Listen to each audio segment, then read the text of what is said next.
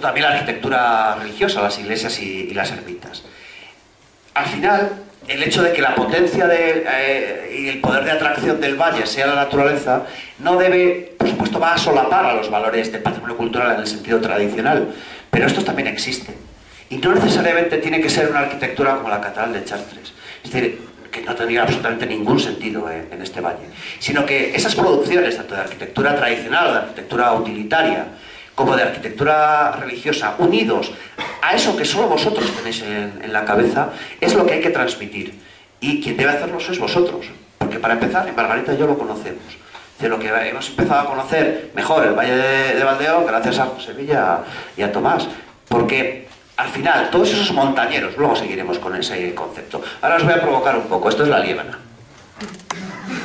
Un sitio bastante agradable. Los valles son más abiertos. Es decir, cuando uno piensa, dice, vamos a ver, ¿qué aportó Valdeón a la historia, por ejemplo, de la Reconquista? Pues os lo ha contado Margarita, los brazos, hasta perder las manos incluso. ¿Qué aportaron los vecinos de la Liébana? Bueno, sirvieron de refugio a la gente que salió por patas de Al-Ándalus, todos los cordobeses y toledanos que salieron por patas en el momento de la invasión, y encontraron un lugar más amable que este, en el que desarrollar lo que va a ser la base del espíritu que va a mover los siglos siguientes a donde lo dejó Margarita, que son los medievales. Es verdad que este es un valle indómito, y es verdad que por las armas nunca os han tomado, pero hay cierto organismo, que es la Iglesia, que sabe perfectamente cómo controlar un territorio sin acudir a las armas. Claro que Valdeón fue conquistado, pero no por las armas.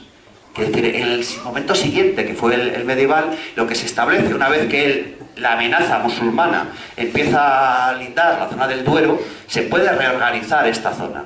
Y para reorganizar esta zona y todo lo que es el norte del Duero. Y para reorganizar zonas como estas hay que contar con sucursales. Esas sucursales son los nobles y la Iglesia, que no deja de ser un poder feudal. Y vosotros sucumbisteis, vosotros no, vuestros ancestros, sucumbisteis ante un sistema organizativo que en primer lugar fue el monástico. Y bueno, ese es un concepto de un árbol genealógico que pusimos hace un par de años en la exposición, que conmemoraba el 1100 aniversario del Reino de León. Entonces uno de los bocetos que me mandó la pintora que lo hizo, ves que arranca con Pelayo al lado de esa ermita de Corona, que como bien ha dicho Margarita, pues probablemente no tenga que ver con la coronación, porque a Pelayo no le coronaron. Yo os digo, mira, yo no sé si a Pelayo no coronaron en Corona, ¿y qué más da? El sentido es que durante siglos se ha considerado esa ermita de Corona, que tiene todo el aspecto de ser una ermita de época moderna, o al menos muy reformada, se ha considerado, y los pueblos del valle os juntabais ahí, y invocabais casi el espíritu de Pelayo. Eso es al final, al menos igual de importante que al astorgano, ¿no? Decíamos, de Pelayo, le pusieron encima del escudo aquí o en otro lado. Bueno, pues el dominio llegó en forma de, en primer lugar, de un monasterio. Es decir, los monasterios eran muchas cosas, eran lugares, por supuesto, dedicados a personajes que consagraban su vida a la oración, pero también a la administración de un territorio. El primer monasterio y el gran monasterio del Valle de Valdeón es el monasterio de Santa Marina. Monasterio del que nos consta su existencia en el año 1081, y nos consta en el momento en el que su propietario, o al menos es el que lo dona, que es Alfonso VI, hace ingresar a esos monjes dentro de la gran multinacional, monástica, que es la Orden Benedictina. Es decir, es uno de los monasterios, además, que más tempranamente adopta. Antes de la Orden Benedictina había una serie de reglas, básicamente inspiradas en la regla de San Isidoro, hasta la regla de San Rosendo, el denominado pactualismo, es decir, unos monjes pactan, de ahí el nombre, con el abad el modo de vida que van a seguir. Si la elección de abad es trienal, los cargos que va a haber, a qué hora nos levantamos, qué comemos, bueno, no sé si tanto, pero digamos, es una especie de acuerdo. Bueno, pues a partir, sobre todo, del Concilio de Collaz, a partir de los años centrales del siglo XI, y a través, fomentado por la monarquía y sobre todo por Alfonso VI, se va a producir una uniformización de todas esas casas monásticas bajo una misma regla, que es la benedictina, y sobre todo bajo la observancia cluniacense. Una de las principales fuentes de recursos de la construcción de la gran abadía de Cluny, que era como el Vaticano de la Edad Media, ¿no? Salió de fondos del Reino de León. Y lo que van a instalar esos monjes ya os digo, desde 1088 benedictinos en Santa Marina de Valdeón, es un centro que va a controlar la mayor parte del valle, prácticamente. Incluso en un primer momento no llega hasta Caín, pero a partir de compras llega incluso al concejo de Amieva, llega a saltar a la zona asturiana su poder. No penséis que era un gran monasterio, incluso no penséis que era una gran casa monástica. Hay un problema para la arquitectura monumental en esta tierra, y es curiosamente la piedra. Anda que no estáis rodeados de piedra, pero piedra para construcción es muy difícil. Esta caliza es tan sumamente dura que en cuanto intentas labrarla se esquirla.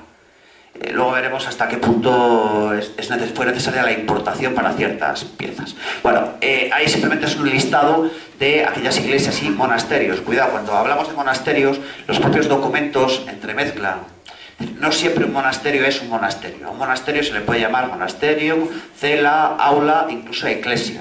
Muchos de esos monasterios citados por las fuentes son simplemente iglesias. Incluso hay algunos que serían pues, el párroco, ¿no? A los que se le denomina abades. Bueno, el monasterio en el que solo hay un monje, pues lógicamente es el abad, el cillero, es todo, ¿no? Bueno, ese monasterio de Santa Marina de Valdeón va incluso a absorber a otros. Imaginaros, si el de Santa Marina se le calcula en la época de mayor esplendor en 11, 12 monjes, bueno, pues los otros ¿cómo serían, no?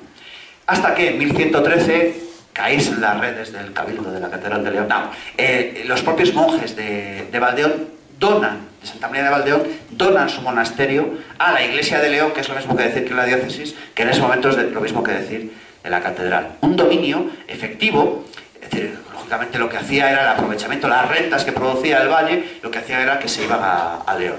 Hay un momento en el que una de las dignidades de la Catedral de León, que es el arcediano de Mayorga, era el que detentaba, el que digamos, ingresaba las rentas que producía el valle. Con lo cual, al final, el dominio militar no fue, pero económico, por supuesto, sí. La vinculación con el Cabildo de la Catedral de León, al menos en lo que he podido buscar, llega hasta el siglo XIX.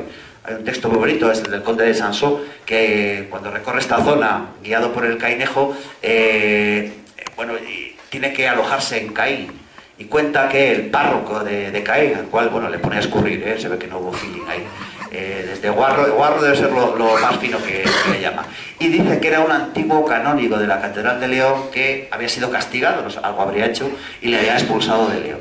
Cosa que, conociendo un poco al Cabildo de la Catedral de León en el siglo XIX, que iba a decir que hasta ahora, pero ahora no porque les conocemos a ellos, que te mandasen aquí era con mandarles a galeras, o sea, una cosa... Antes les metían en el Torreón de los Ponce y luego les metieron en Caín. Bueno, pues el obispo Diego es el que recibe y incorpora a su dignidad el título de señor, digamos, el señorío de Valdeón. Bueno, ese señor que tenéis a la izquierda es Alfonso VI, el gran benefactor de ese monasterio de Santa Marina. Monasterio de Santa Marina del que no queda nada, Quiere decir que lo que hay hoy día en la iglesia parroquial es bastante posterior, con la duda razonable de esa pila bautismal con piedra que veis claramente que no es de aquí, con lo cual probablemente sea en la zona del Porma, del entorno de Boñar, y probablemente, quizás, pueda ser un resto del antiguo monasterio. Desde luego es bastante anterior al resto del edificio, que veis además es fruto, como la mayor parte de las iglesias del valle, de una sucesión de campañas constructivas, con un momento interesante que se ve que económicamente fue notable, que fue el siglo XVI, en el que se construyen buena parte de las cabeceras que vemos y algunos de los retablos, ¿no? Como este retablito del interior de Santa Marina con esa bóveda en la cabecera. La nave parece ser que es fruto de una ampliación posterior. Pero, mirad, el primer testimonio del valle es un testimonio que se encuentra en el archivo diocesano de León y que probablemente no fue redactado aquí. Es una hoja de una Biblia encontrada por Elena Rodríguez, que es la historiadora que... digamos, el libro de referencia para conocer la historia medieval de Valdeón es el de Elena, con una diferencia abismal, es decir, es el único, o sea, digamos, y sobre patrimonio, yo he intentado ver a ver quién se había escrito, ni siquiera a Manuel Gómez Moreno, el autor del catálogo monumental, un hombre que se pateó toda la provincia en caballería y a veces en coche, llegó a Valdeón, ni lo cita, con lo cual es que no vino. El primer testimonio, aparte de esa hoja de Biblia del siglo X, que probablemente trajeran los monjes de Santa Marina, a usted saber de dónde, se encuentra en esta pila bautismal, que es la pila de la iglesia de Santa Eulalia de Posada.